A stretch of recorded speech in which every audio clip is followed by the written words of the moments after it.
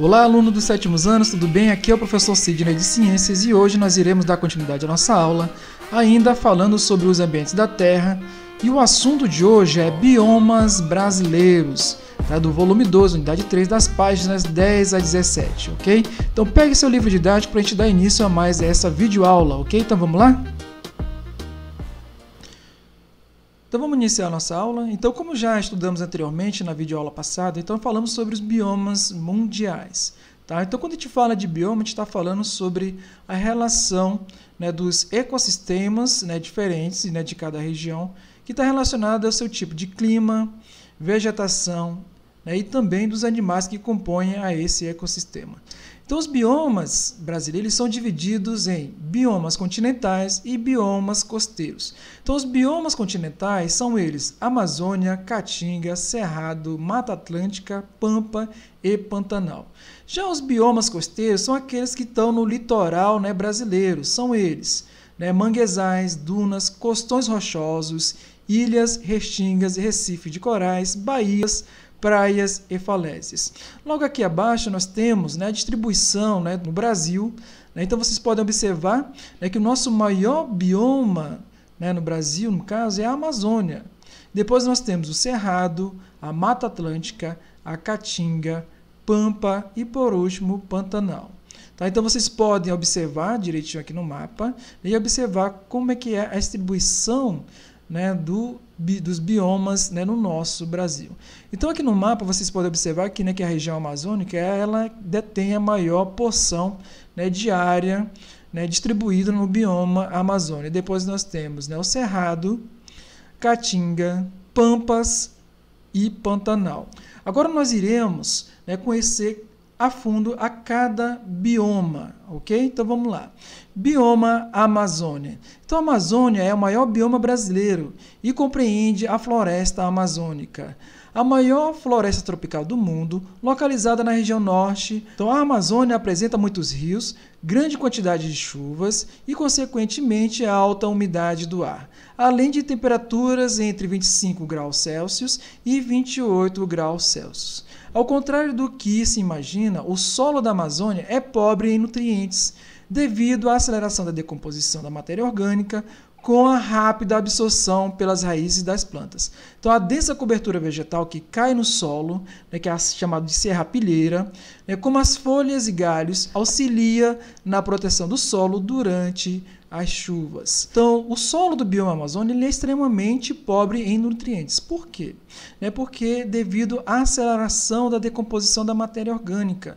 Então, todos os nutrientes, né, desse solo, eles ficam na parte superficial. E as raízes são pouco profundas, né, porque como todo o nutriente está na parte superficial, né, do solo, então as raízes ficam ali naquela parte, né, também superficial, para, né, se nutrir, né, para capturar os nutrientes que estão ali no solo. Então, o bioma Amazônia apresenta umas características bem distintas dessa região. Né? Então, nós temos aqui, né, então, o bioma ele desenvolve milhares de espécies vegetais e animais, compondo uma rica biodiversidade. Então, entre os frutos e sementes, nós temos, né, a castanha do Pará, o cupuaçu, cajá e etc. A vegetação inclui árvores, né, muito altas, árvores de grande porte, né, que pode chegar de 30 a 40 metros, como a seringueira e a castanheira. Então, juntamente com outras mais baixas, essas árvores formam diferentes níveis de estratos, ou seja, né, florestas mais altas e também as plantas que ficam, né, no subbosque, que são aquelas plantas que ficam mais abaixo das árvores altas. Então, sobre algumas árvores crescem plantas epífitas, né, já estudamos isso sobre epifitismo, né, em relações harmônicas e desarmônicas. Né? Então, o epifitismo, ou plantas epífitas, são aquelas que se apoiam, né, em outras plantas sem prejudicá-las. Então, nós temos aqui alguns exemplos, bromélias e orquídeas. Então, no chão, a luminosidade é menor e o desenvolvimento de plantas pequenas é limitado. Como o clima é favorável e a disponibilidade, né, de alimentos é farta, a fauna é rica. Então, com uma grande diversidade de animais, há invertebrados, né, também há aves, anfíbios, né, serpentes, mamíferos como macacos, coatis, veados, onças e jaguatiricas. Contudo, toda essa biodiversidade é constantemente ameaçada pelo desmatamento e queimadas que acontecem, né, para a abertura de áreas destinadas tanto para a pecuária e a agricultura, quanto à produção de carvão, né, ou comércio ilegal de madeira, né, extraída de árvores nativas. Então, como observamos anteriormente naquele mapa, né, então o bioma Amazônia ele apresenta uma grande área, né, em extensão. Ele é o maior bioma, né, do continente brasileiro.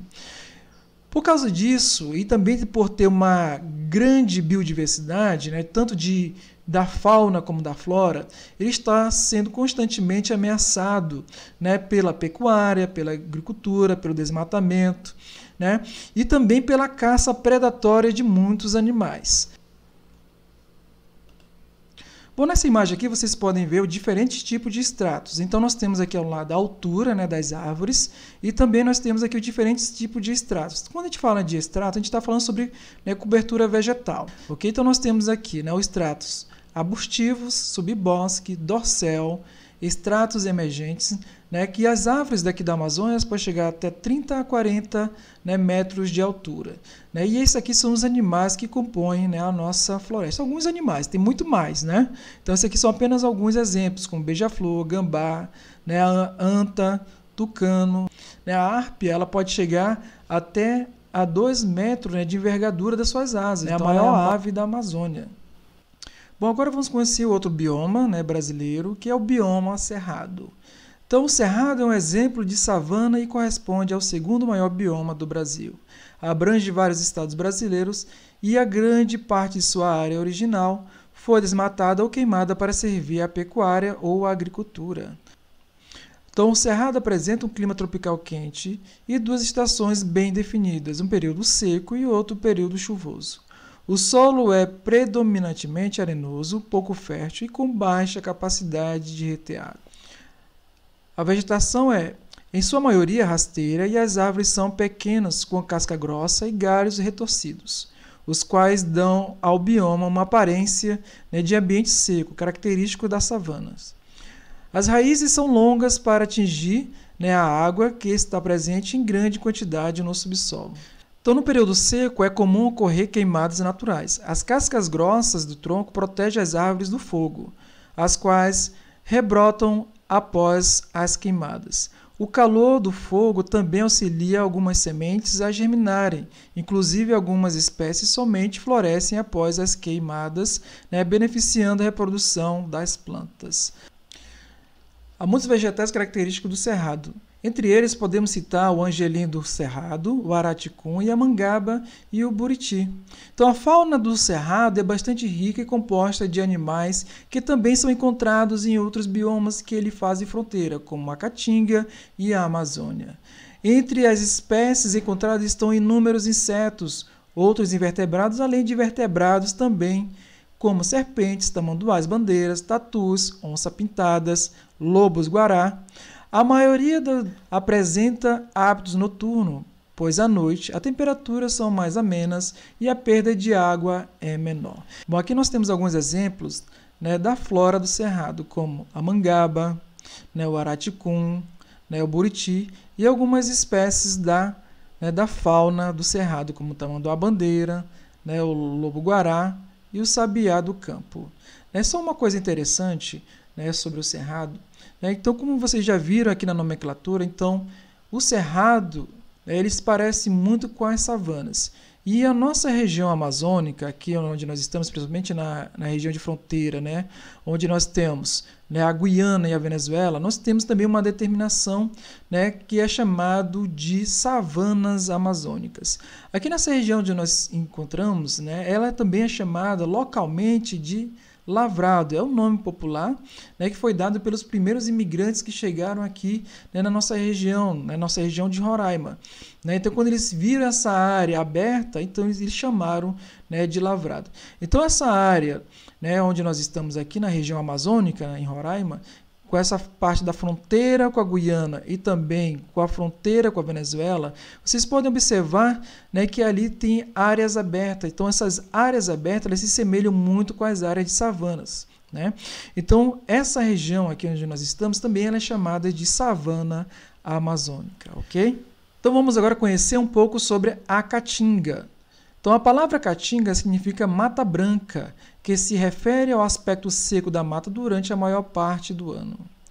Pois seu clima é quente e seco, com pouca chuva. O solo é rico em minerais, mas pobre em matéria orgânica. O Rio São Francisco é o principal rio da Caatinga e é um dos poucos da região que dispõe de água durante todo o ano.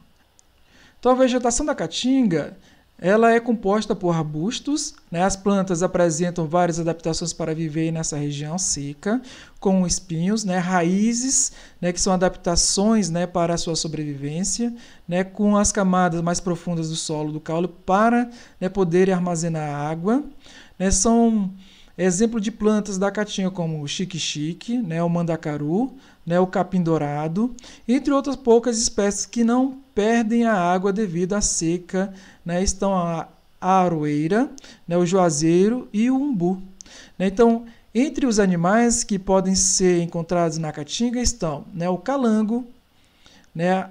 O carcará, né? O gambá, serpentes, morcegos que atuam na polinização de diversas espécies vegetais. Então, as aves como a arara azul, a onça-pintada e o veado catingueiro. Então, essas espécies estão adaptadas às condições secas do ambiente. Então, a maioria deles apresenta o ápice noturno, enquanto o calor e a insolação são menos intensos.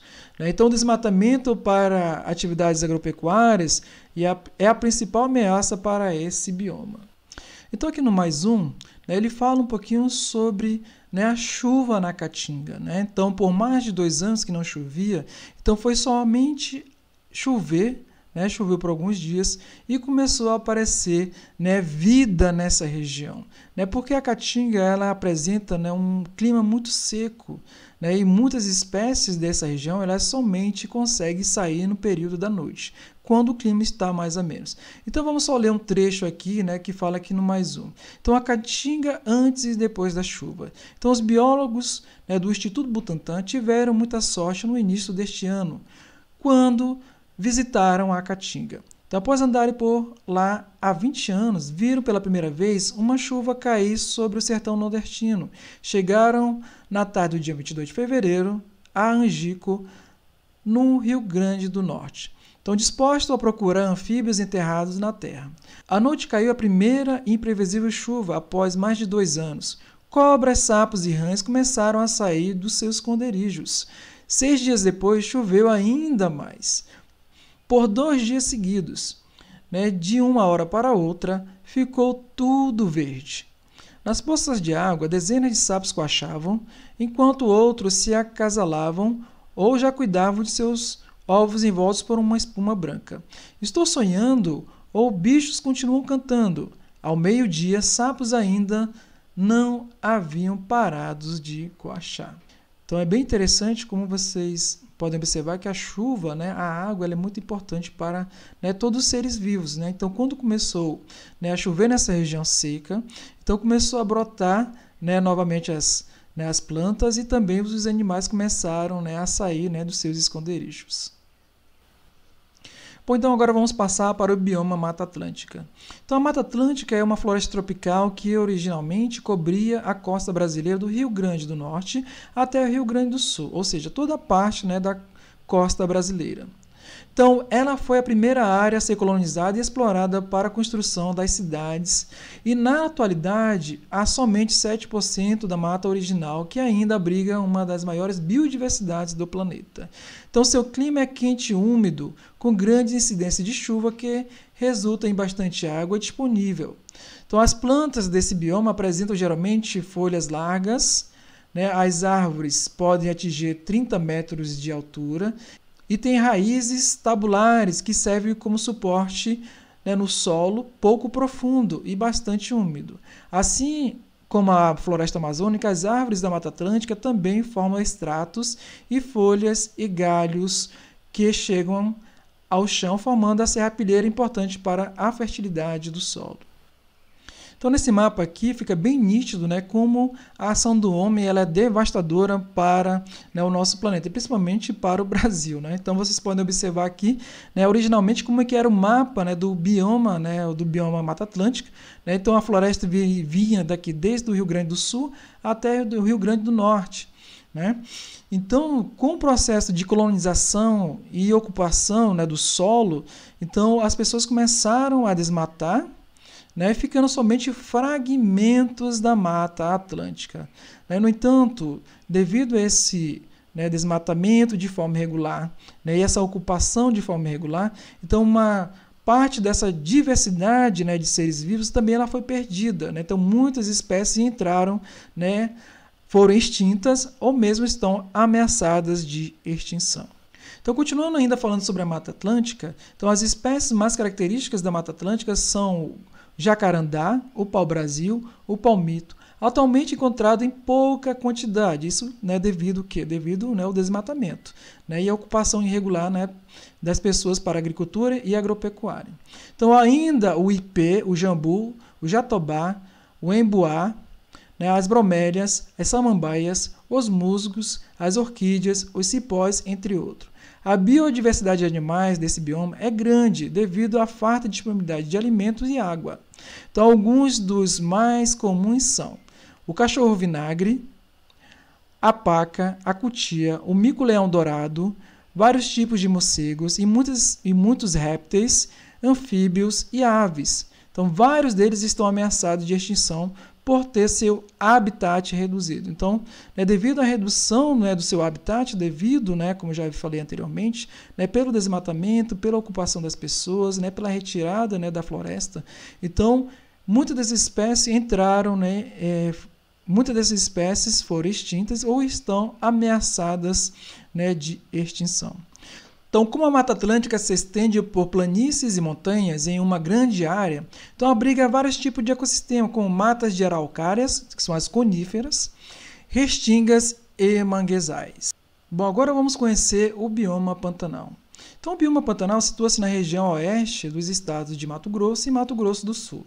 Esse bioma compreende regiões que são constantemente inundadas pelas águas dos rios. Como o solo é pouco permeável, favorece a ocorrência das inundações anuais, geralmente entre os meses de outubro e abril, formando baías, lagoas pantaneiras. Então, essas baías misturam-se aos rios tortuosos, campos alagatícios, matas ciliares, capões de matas e riachos, compondo os diferentes habitats pantaneiros. Então, os animais mais característicos são o tuiuiu, a garça, a onça-pintada, a capivara, o jacaré e diversas espécies de peixes e anfíbios, que têm seu desenvolvimento favorecido principalmente pelas extensas áreas alagadas. Então, a flora do Pantanal é composta de plantas como aroeira, angico vermelho, ingazeiro, embaúba, bromélias e aguapés. Espécies também encontradas em outros biomas brasileiros. Em regiões que são alagadas periodicamente, a vegetação predominantemente são as gramíneas, com árvores e arbustos isolados. Então, o Pantanal abriga uma das maiores e ricas biodiversidades de áreas úmidas do mundo, mas sua cobertura vegetal vem sendo constantemente ameaçada pela pecuária e também pela agricultura. Então, nós temos aqui nessa imagem, né, algumas, né, características, né, dessa região. Por ser muito alagadiça, então ela também tem uma rica, né, diversidade de... Então, como falado agora há pouco, então nós temos algumas espécies que são, né, encontradas nessa região, como tuiuiu, garças, onça-pintada, capivara, jacaré, né, e diversas espécies de peixes. Agora vamos conhecer o bioma Pampa. Então, o bioma Pampa, ou Campos Salinos, é um tipo de campo que ocupa parte do Rio Grande do Sul. A paisagem do Pampa é constituída, na maioria, né, de extensas planícies com vegetações rasteiras, né, formada principalmente por gramíneas e arbustos. O solo geralmente é fértil e, por isso, é muito utilizado para a agricultura. O clima é chuvoso, com temperaturas baixas no inverno. No Pampa habitam muitas espécies de insetos, o que atrai inúmeras espécies de pássaros, como o quero-quero, o jacu e o joão de barro. Também podem ser encontradas várias espécies de mamíferos, répteis e anfíbios. Assim como em outros biomas, a pecuária e a agricultura provocam uma grande redução, né, na área de pampa, ameaçando suas espécies e animais e vegetação. Bom, então logo aqui abaixo vocês podem observar, né, como é composta a vegetação, né, dessa região. Então ela é composta praticamente por gramíneas. E também nós temos uma outra imagem aqui ao lado, né, que mostra, né, o animal típico dessa região, né, que é o chamado de graxaim. Bom, então aqui na página 16 nós temos uma atividade que vai da questão 1 até a questão 5. No entanto, vocês vão responder para mim até a questão 4. Tá?